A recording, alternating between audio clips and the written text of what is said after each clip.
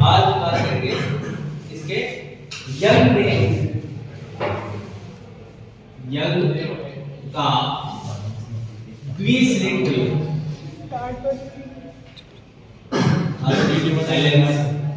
Young का द्विसलिट, ठीक है। द्विसलिट को क्या बोलते हैं? द्विछिद्र, दो छिद्र वाला प्रयोग, ठीक है। अब ये क्यों किया, कैसे किया, वो समझना, इससे करा क्या। बहुत बार एक नंबर को पूछ लेता है कि यंग ने द्विसलिट प्रयोग क्यों किया, ठीक है। तो उसने क्या किया था बेटा, दो कला संबद्ध तरंगों का अध्ययन किया। क्या किया था इसने? दो कला संबद्ध तरंगों का अध्ययन। जब भी दो कला संबद्ध तरंग अध्ययन होती है तो एक परिघटना होती है जिसको हम बोलते हैं व्यतिकरण। क्या बोलते हैं बेटा? व्यतिकरण। और आपको पता है बेटा व्यतिकरण कितने प्रकार के होते हैं? दो प्रकार। देखो सीधी सी बात है, आपसे पूछे व्यतिकरण होता क्या है तो आप ये कह सकते हो दो कला संबद्ध तरंगों का अध्ययन करते हैं, ठीक है। और पूछे यंग ने क्या किया, तो यंग ने द्विसलिट प्रयोग किया था, जिसे द्विछिद्र प्रयोग भी कहते हैं, जिसमें उसने दो कला संबद्ध तरंगों का अध्ययन किया, ठीक है। मतलब ये प्रयोग मोस्टली क्वेश्चन आएगा ऐसे, ठीक है। व्यतिकरण क्या, और व्यतिकरण कितने प्रकार के होते हैं बेटा? दो प्रकार के। पहला होता है बेटा संपोषी व्यतिकरण। क्या होता है? संपोषी व्यतिकरण। और दूसरा कौन सा होता है? विनाशी। अच्छा, संपोषी व्यतिकरण और विनाशी व्यतिकरण में अंतर क्या है? अगर देखा जाए तो दो तरंगों के बीच जो कलांतर है वो समान होता है। वो कितना होगा? जैसा कलांतर को 5 बोल दिया, वो कितना होगा? पाई। कितना होगा बेटा? 0 सकता है पाई, 2 पाई सकता है, और पाई 2 पाई, ऐसा आगे बढ़ता रहेगा।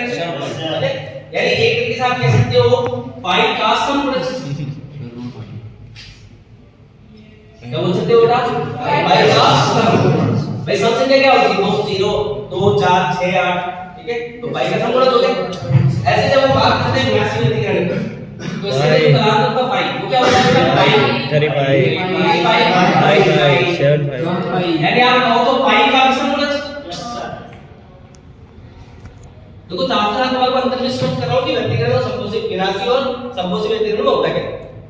ध्यान रहे, अध्ययन व्यतिकरण तभी होगा जब दो कला संबद्ध तरंगें होंगी। अगर कला असंबद्ध तरंगें होगी तो व्यतिकरण होगा ही, ठीक है। कोई दिक्कत?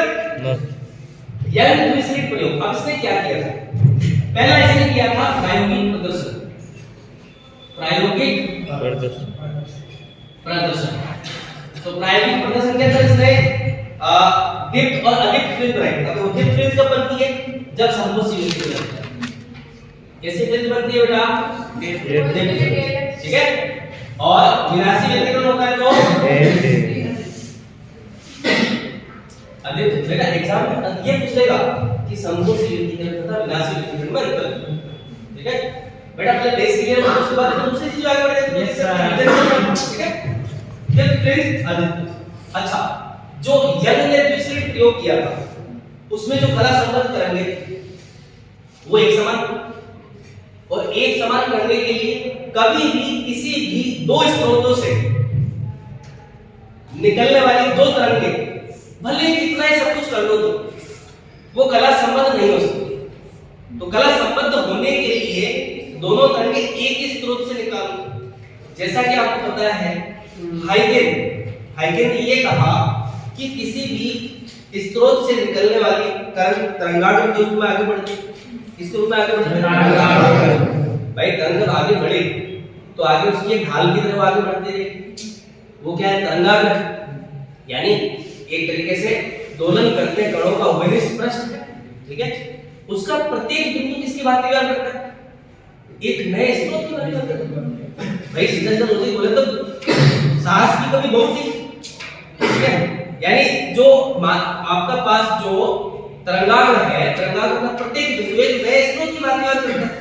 तो सीधी बात है, अगर आपने एक स्रोत लिया या हमने उसी चीज का प्रयोग किया था, क्या किया? एक स्रोत लिया S, यहां से या एक पर्दा लिया, ठीक है। अब आपको पता है बेटा ये t टाइम तक अगर कोई तरंग ऐसे आगे बढ़ती है, देखो अगर मैं इसको गोली लेता हूं, ठीक है, अगर मैं इसको केंद्र मान लूं तो ये इसका तरंगाकार हो जाएगा। क्या हो जाएगा? तरंगाकार। अगर मैं यहाँ पर एक पर्दा रखूं मान लो, तो ये तरंगाकार है तो कितने बिंदु पर आके मिला? दो। एक इस बिंदु पर और एक इस बिंदु पर, और ये इसका मध्य बिंदु हो गया। यहाँ पर एक S1 हो गया और एक S2 हो गया। तो देखो सीधा सीधा लॉजिक ये था कि आपने एक पॉइंट पे स्रोत लिया, एक बिंदु स्रोत, आपने एक पर्दा रखा जो तरंगाकार को ऐसे धीरे-धीरे बढ़ता बढ़ता यहाँ तक पहुंचे। तो इसके दो बिंदु पर दो बिंदु पर आपने क्या कर दिया? छिद्र कर दिए। उन्हीं छिद्र को अपन ने क्या बोला? स्लिट। ठीक है, स्लिट बोला। जब यहाँ से आपको पता है बेटा कि तरंगाकार का प्रत्येक बिंदु एक नवीन स्रोत की भांति व्यवहार करता है, तो ये भी एक स्रोत की भांति व्यवहार करेगा। फिर इससे क्या निकलेगी बेटा? तरंगिका है। क्या निकलेगी? तरंगिका। धीरे धीरे इसमें विक्षोभ होगा, यानी आगे बढ़ेगी। क्या करेगी बेटा? ये आगे बढ़ेगी। आगे बढ़ने के बाद में एक दूसरे को ये प्रतिच्छेद करेगी, यानी इनके बीच में क्या होगा बेटा? अध्यारोपण होगा। क्या होगा बेटा? अध्यारोपण होगा ही होगा। ठीक है, जैसे एक यहाँ से निकली, एक यहाँ से निकली, अब यहाँ से इसको काटेंगे बेटा ये वापस। ठीक है, जैसे इसको यहाँ से काट दिया, ये गई इसने यहाँ काट दिया, ये गई इसने यहाँ काट दिया, ये गई इसने यहाँ काट दिया। तो देखो जहां जहां पे काटन बिंदु पे यहाँ पता एक पर्दा और बनेगा। देखो एक है पर्दा 1, एक है पर्दा 2। पर्दा 1 पे तो स्लिट, स्लिट जो किसकी भांति व्यवहार कर रहा है? स्रोत की भांति होती है। और एक है पर्दा 2, वहां पर हम व्यतिकरण पैटर्न प्राप्त करेंगे। क्या प्राप्त करेंगे बेटा? अब जैसे आप इनके उपनिष बिंदु को मिलाओगे तो यहाँ पे सबसे पहले एक बिंदु मिला प्राप्त होगा, यानी जब आप देखोगे प्रायोगिक रूप से प्रैक्टिकल किया जाता है, ठीक है, तो इस पर्दे पे धारियां प्राप्त होती है। ये जो पर्दा है, मान लो इस पर्दे को मैं कुछ इस प्रकार से थोड़ा थोड़ा कर देता हूँ, यहाँ पे कुछ धारियां होती है।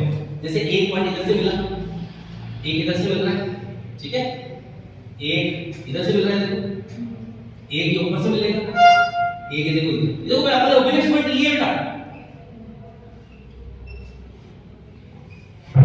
अब जहां भी ये मिल रहे हैं, सबसे बीच वाली को हम बोलेंगे, कौन सी बिंदु बोलेंगे बेटा? दीप्त का मतलब होता है उजाला। दीप्त का साधारण मतलब क्या है? उजाला। और अदीप्त का साधारण मतलब अंधेरा। ठीक है, अगर मैं तीव्रता की बात करूं तो यहाँ पे तीव्रता होगी बेटा 4I0। अगर स्रोत से निकलने वाले तरंग की तीव्रता कितनी है बेटा? I0। जब इन दोनों का अध्यारोपण होगा, देखो दोनों स्रोतों से निकलने वाली तरंग होगा, तो यहाँ पे दीप्त प्राप्त होगी। दीप्त मतलब उजाला प्लस उजाला 4 गुना उजाला। ठीक है, तो यहाँ पे जो तीव्रता रहेगी, जो नवीन तीव्रता यहाँ पे निकल रही है कितनी है बेटा? 4I0। ठीक है, अब यहाँ पे क्या बनेगी बेटा? दीप्त प्लेन बनेगी। कैसी प्लेन बनेगी? फिर क्या होगी? अदीप्त प्लेन। ठीक है, जहां जहां पे मिल रहा है वहां पे व्यतिकरण पैटर्न बनेगा। क्या बनेगा बेटा? व्यतिकरण पैटर्न। सबसे बीच में होगी दीप्त, फिर इसके बाद में क्या होगा? अंधेरा। अब ये एकांतर चलता है। सबसे केंद्रीय में, केंद्र में क्या होगी? दीप्त। उसके बाद अदीप्त, उसके नीचे अदीप्त। ठीक है, यहाँ पे क्या होगी? अदीप्त। यहाँ पे भी अंधेरा होगा। यानी कुल मिलाकर जब आप पैटर्न को देखते हो तो यहाँ पे आपको अंधेरा दिखाई देता है, यहाँ पे आपको क्या दिखाई देगा बेटा? अंधेरा। फिर एकांतर रूप से यहाँ पे क्या दिखाई देगा? उजाला। फिर यहाँ क्या दिखाई देगा? उजाला। फिर वापस नीचे क्या दिखाई देगा? अंधेरा। यानी आपको धारियां दिखाई देगी काली काली। ऐसी धारियां दिखाई देगी, जो धारियां होगी उनका रंग कैसा होगा? काला। काला मतलब अदीप्त। काला मतलब क्या होगा बेटा? अदीप्त। और सफेद कलर है या उजाला है तो वहां पे क्या होगी बेटा?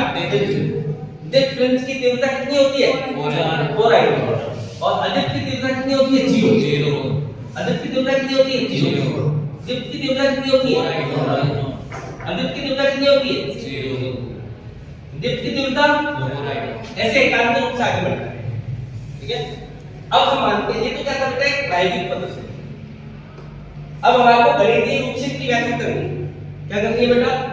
गणितीय रूप से व्याख्या करनी है। अब कैसे किया जाएगा? सेम एक्सपेरिमेंट इसी से अपन को गणितीय व्याख्या करनी है। ठीक है, देखो यहाँ पे देखो तीव्रता की बात कर लेते हैं। ये 4i0 हुआ, ठीक है। यहाँ पे नवीन तीव्रता कितनी हो जाएगी बेटा? 0। ठीक है, किसके लिए बेटा? आदित्य के लिए। ये किसके लिए है? दीप्ति के लिए। ठीक है, और दूसरी चीज देखो बेटा, समकोषी व्यतिकरण के लिए जो पथांतर होता है वो कितना होता है? n लगेगा। n क्या है आपका? 1 2 3 4 इस प्रकार। अरे एक तरीके से प्राकृत संख्या है। कैसी संख्या है? अच्छा, यहाँ पे पथांतर कितना होगा?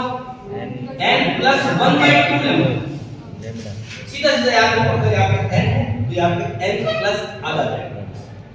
ठीक है, पथांतर क्या हो गया? पथ का अंतर। देखो सीधा पथ का अंतर समझ लो क्या चीज है। अगर यहाँ से तरंग है वो इस पॉइंट पर आ,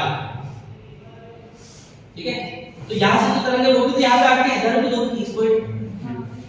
क्या दोनों का पथ समान है? चलो इसको मैं इस डायग्राम में बैठा के फिर दिखाता हूं। दोनों पथ के बीच में कुछ ना कुछ अंतर है। ये डायग्राम ध्यान से देखना, वो प्रॉपर आप प्रकार की सहायता से बनाओगे तो परफेक्ट बनेगा। वो बनाया भी आपने इससे पहले। ठीक है, और एग्जाम में मोस्टली हो सकता है कि दो मार्क्स के अंदर केवल उसका फ्रिंज निर्माण पूछ ले आपसे, फ्रिंज कैसे बनती है उसका चित्र प्रदर्शित कीजिए। ठीक है, नहीं तो एक घंटे आगे तो पूछता है। यहाँ पे लिया आपने इसको एस, ठीक है, एक मध्य लाइन बना लें। यहाँ हमने क्या लिया बेटा? पर्दा 1, ये इसका मध्य बिंदु हो गया। समान दूरी पर कितना नीचे लो, ये हो गया S2, इसके तो पास हो दिया आपने। ठीक है, आपको पता है बेटा पर्दे का अगर ये स्रोत है तो जो स्लिट के S1 और S2 बिंदु को किसके बाद दीवार करेंगे? बताओ किसके बाद दीवार करेंगे? S2 के बाद दीवार करेंगे। फिर हमने लिया पर्दा 2, ये ना बेटा पर्दा। ठीक है, जब तरंग आई यहां से, भाई आपको पता है बेटा ये तरंगाग्र आगे बढ़ना जा रहा है। ठीक है, और तरंगाग्र में प्रत्येक बिंदु नवीन स्रोत के बाद बाकी करेगा। प्रकाश किरण सीधी रेखा में संचालित होगी तो तरंग कैसे जाएगी? यहां तरंग क्या जाएगी बेटा? मान लो इस पॉइंट पर आकर ये मिल गया आपस में, एक इधर से आई दूसरा है बेटा इधर से, दोनों के बीच में क्या हो गया? अध्यारोप।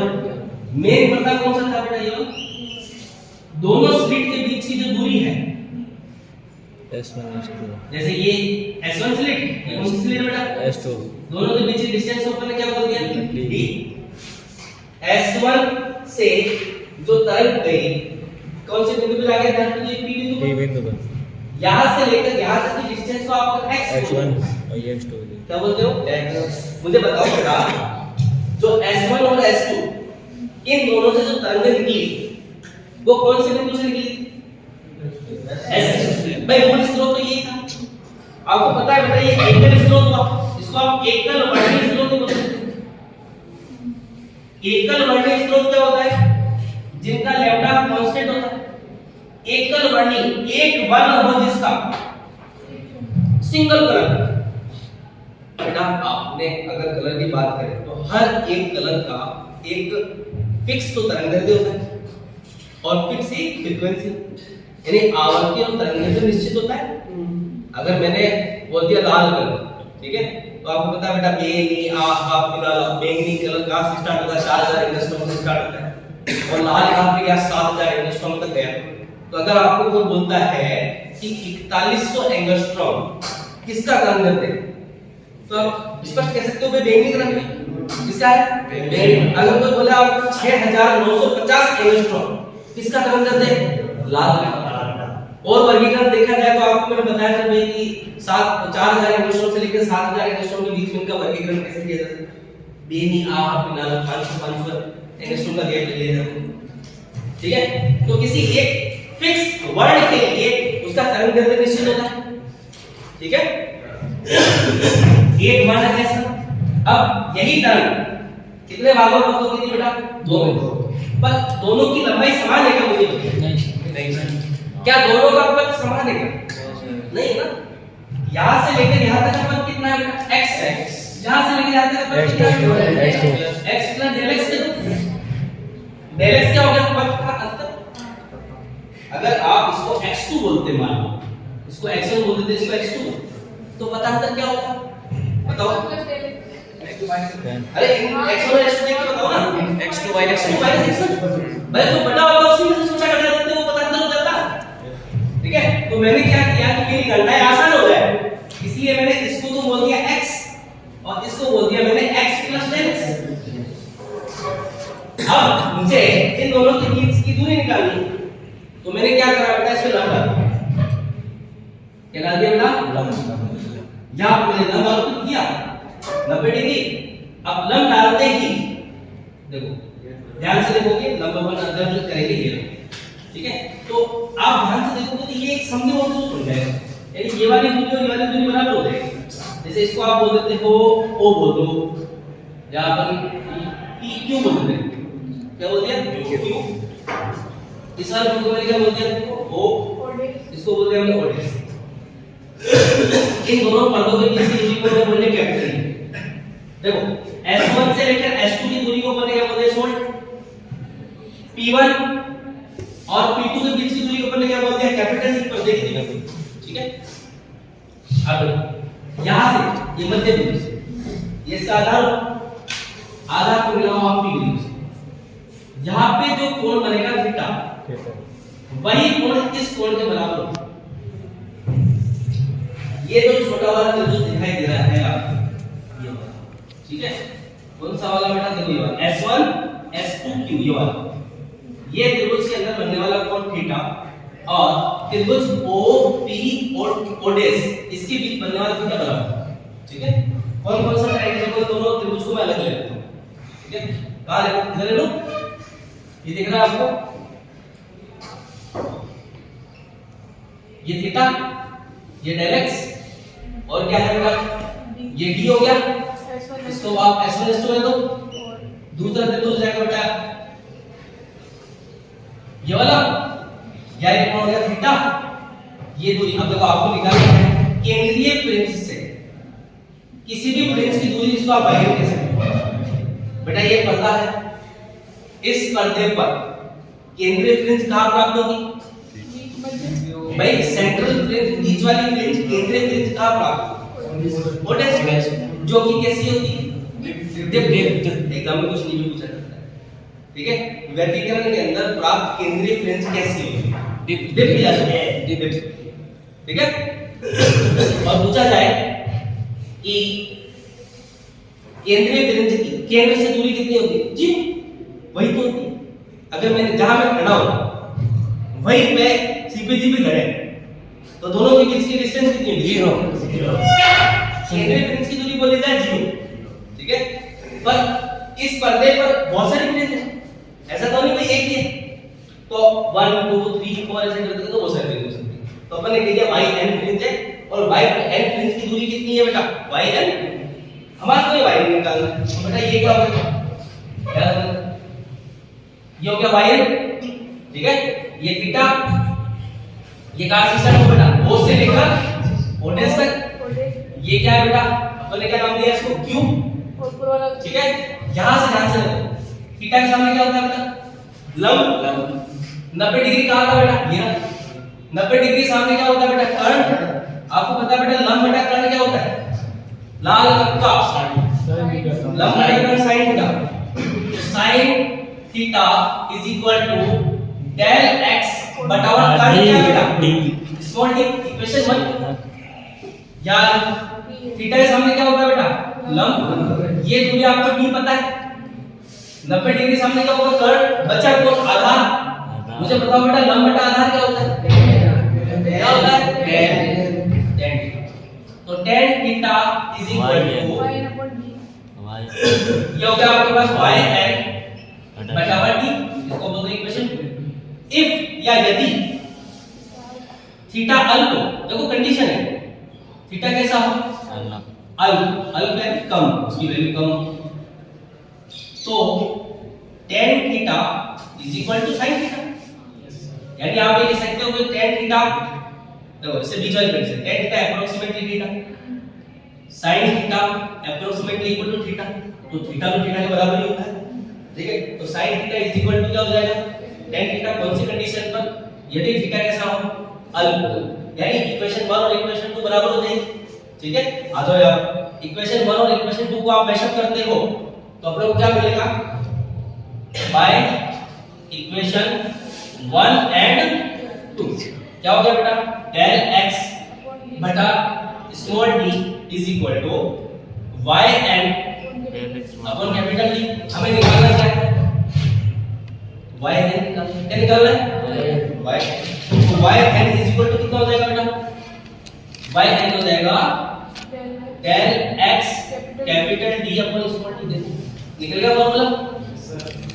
अगर मुझे इसकी दूरी निकालनी हो बेटा, किसी डिप फ्रिंज की दूरी निकालनी हो, किसकी दूरी निकालनी हो, डिप फ्रिंज, तो डिप फ्रिंज की दूरी क्या हो जाएगी बेटा, y n is equal to किसके लिए बेटा, डिप के लिए, तो डेल x की वैल्यू कितनी होनी चाहिए,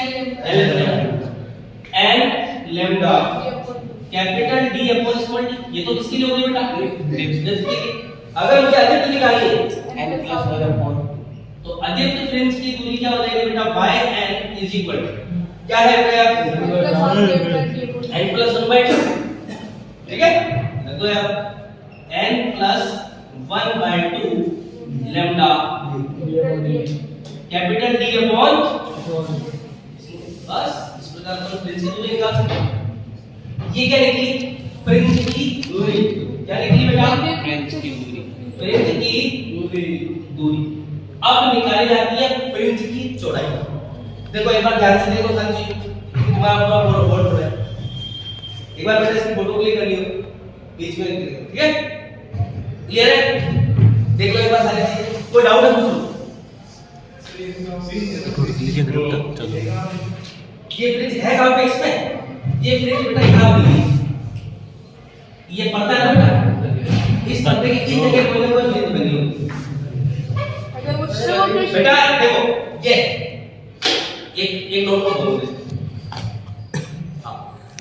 ये क्या होगा बेटा, ये पर्दा कुछ इस प्रकार से रहता है, ठीक है। इस पर्दे के यहाँ पर इधर बिल्कुल बीचों बीच इस जगह, इसको वैसे कर देता हूं, यहाँ बनेगी कैसी फ्रिंज बनेगी, यहाँ पे एक धारी होगी जिसको उजाला होगा, क्या होगा उजाला, फिर इसके ऊपर क्या होगा, काली धारी होगी ऊपर और नीचे, ऐसी बहुत सारी धारियां बनेगी, क्या बनेगी होगी, जैसे पेज के अंदर बुक है,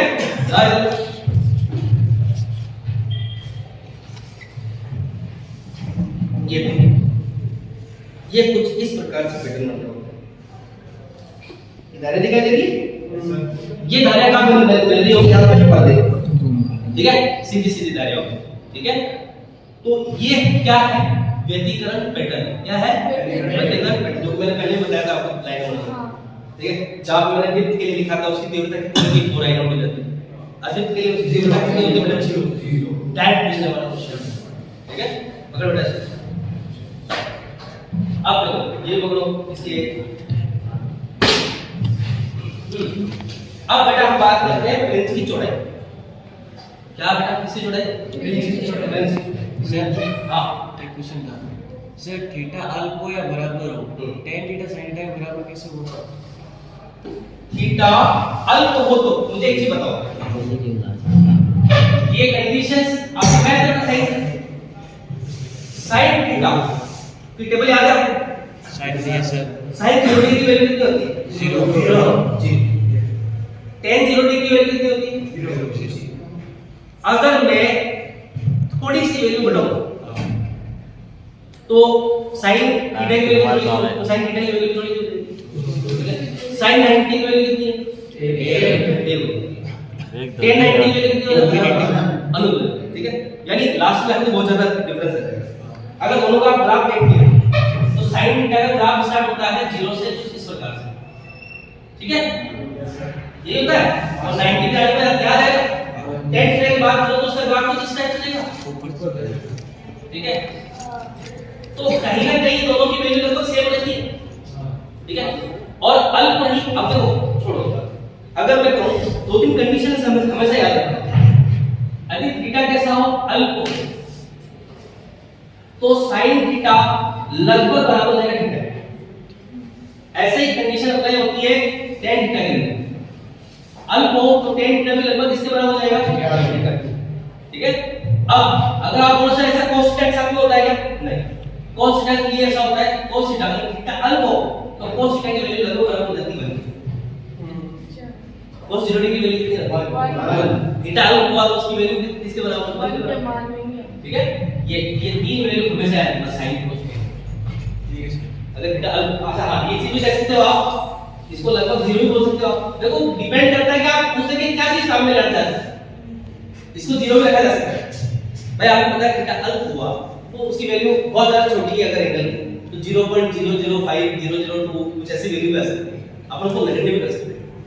तो हमारी उपयोगिता के हिसाब से हमारे लिए यहाँ पे क्या चीज जरूरी है? नेगलेक्ट करना ज्यादा जरूरी है, बराबर करना ज्यादा जरूरी है? बराबर।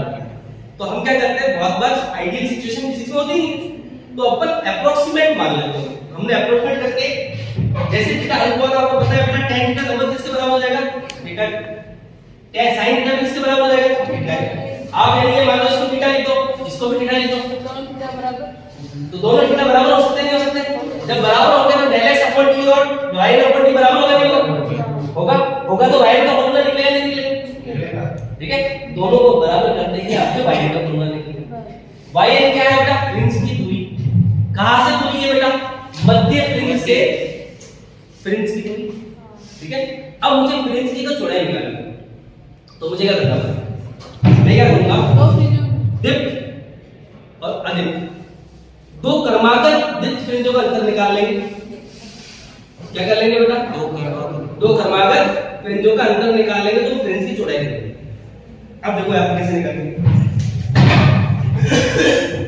क्या इरेज करो बेटा, ये नीचे केवल इस पार्ट को रहने दूंगा, बाकी सब इरेज कर लिखोगे कैसे? वैसे तो मैं इंटर नोट्स में लिखा है, मैं कॉपी ले लेना, कॉपी लेना, बिल्कुल एग्जैक्ट लिखवा बेटा, कॉपी कर लेना। ठीक है,